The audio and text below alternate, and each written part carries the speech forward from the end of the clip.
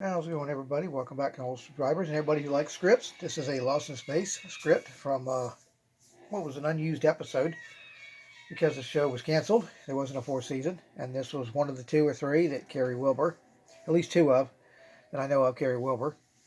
This is Malice and Wonderspace. You see here it says October 31st, 67 was the first draft. Come to find out, at the first of the year in 68, it was canceled. So don't remember how many pages are in this. They're not numbered. So this shows you that this is basically a copy of that script. This is not an official. This is basically a copy. I don't know when it was made, but it seems to me with the little bit of rust and stuff on the brads, although that's hard to say, depending on how it was stored. If it was moisture, it would rust fairly quickly. It doesn't take 5, 10, 15 years. But anyway, this will be similar. I haven't read it, but I don't think it's going to be the same as the comic that I did recently of this same story, the three issue series for Malice in Wonderspace. Actually, said Malice in Wonderland. The original title is Malice in Wonderspace. But here we go. I will zone in just a little bit more here. There we go. I'll pause it. You can read it. Like I say, I don't know how many pages it is. I'm guessing it's probably between 45 and 55. Might be up to 60. Could be. I don't know. The type is pretty big, so the bigger the type, the more pages.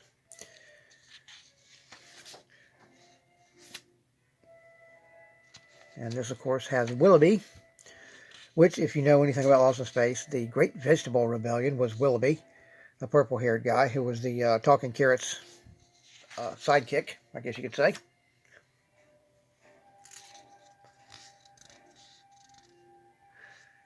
Now in the comic, let's see, I didn't even look to see if in here it's actually the llama, because in the comic, Willoughby is a purple llama. Don't say. Huh.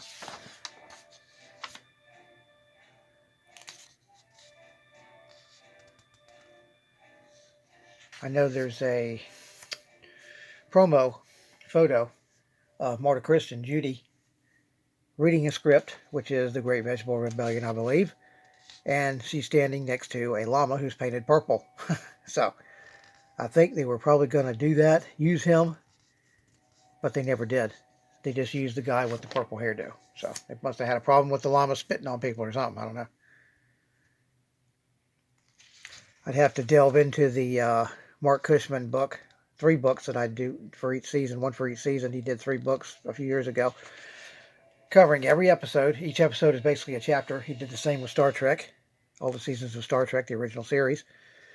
And I have not read those. I've had them for, I don't know, 3 or 4 years now, and I have not read any of them.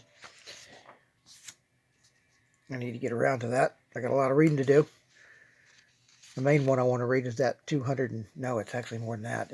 I think it's between 400 and 600 page Irwin Allen, book of Irwin Allen. It's huge. It weighs, I think, 9 pounds, 8 pounds. I haven't done a video on it, but I will eventually. I've done a preview that showed it, I think, a long time ago. That was a pretty cool book. I didn't get the one that was signed by Billy Mooney. One of the issues one of the editions had that, but I didn't get it. It would have been more money, but I should have now that I think about it.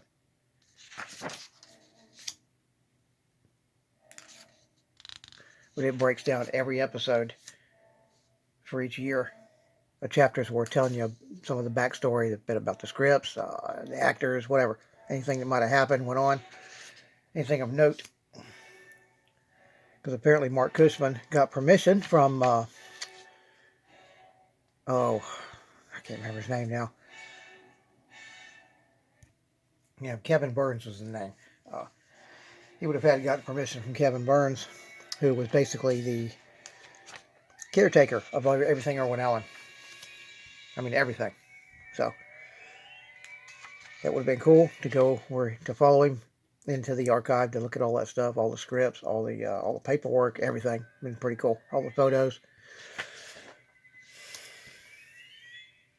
Don't remember where that's kept at, but I believe he mentioned it in a podcast, the Alpha Control podcast. when they did an interview with him.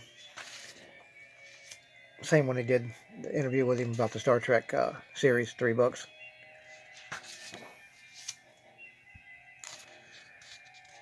This says cat. Cat's voice. Didn't say Cheshire Cat.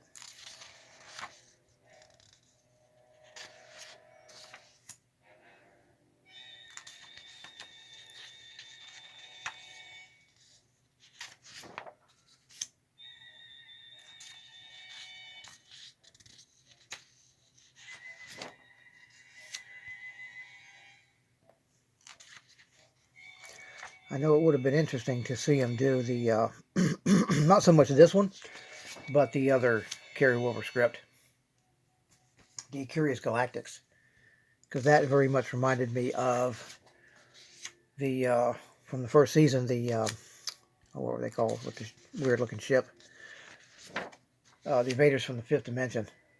They're not the same aliens, but they were pretty much like them, the way they operated. I thought I had that script. I still haven't looked at the list to see if I've got it. I found this one, but I don't know if I've got the other one or not. I thought I did. I'll have to look.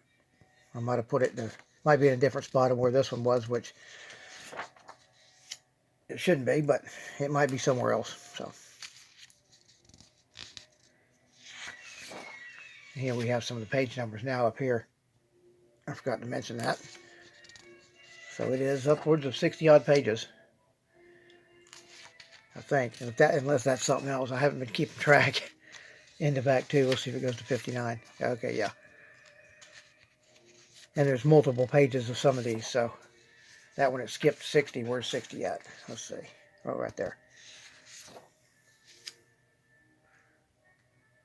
61. Another 61. Continued.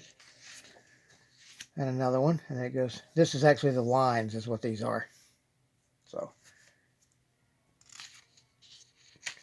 But I believe this is probably close to 60 pages long.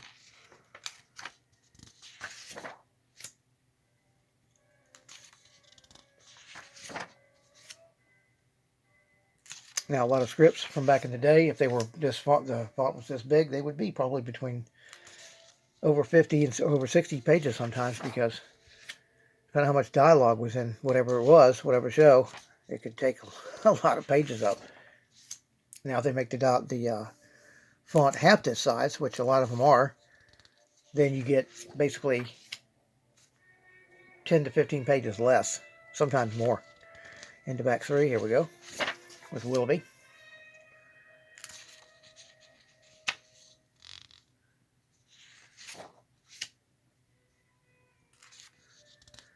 I know in the Great Vegetable Rebellion, they tried to get Willoughby to go with them when they left the planet, but he didn't. He wanted to sit there and take care of Tybo, which was what the name of the carrot, talking carrot, who, by the way, all you Star Trek fans will know, was the same guy who played Cyrano Jones on Star Trek with the Tribbles.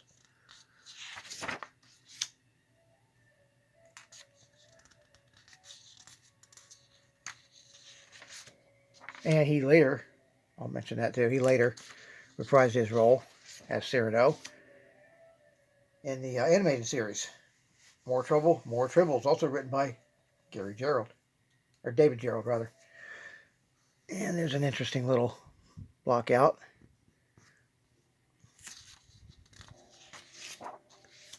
That's the only hint of any kind of correction, even though it's a copy of any kind of handwritten correction I've seen right there. That's interesting. It's the only one. Of course, this is the first draft.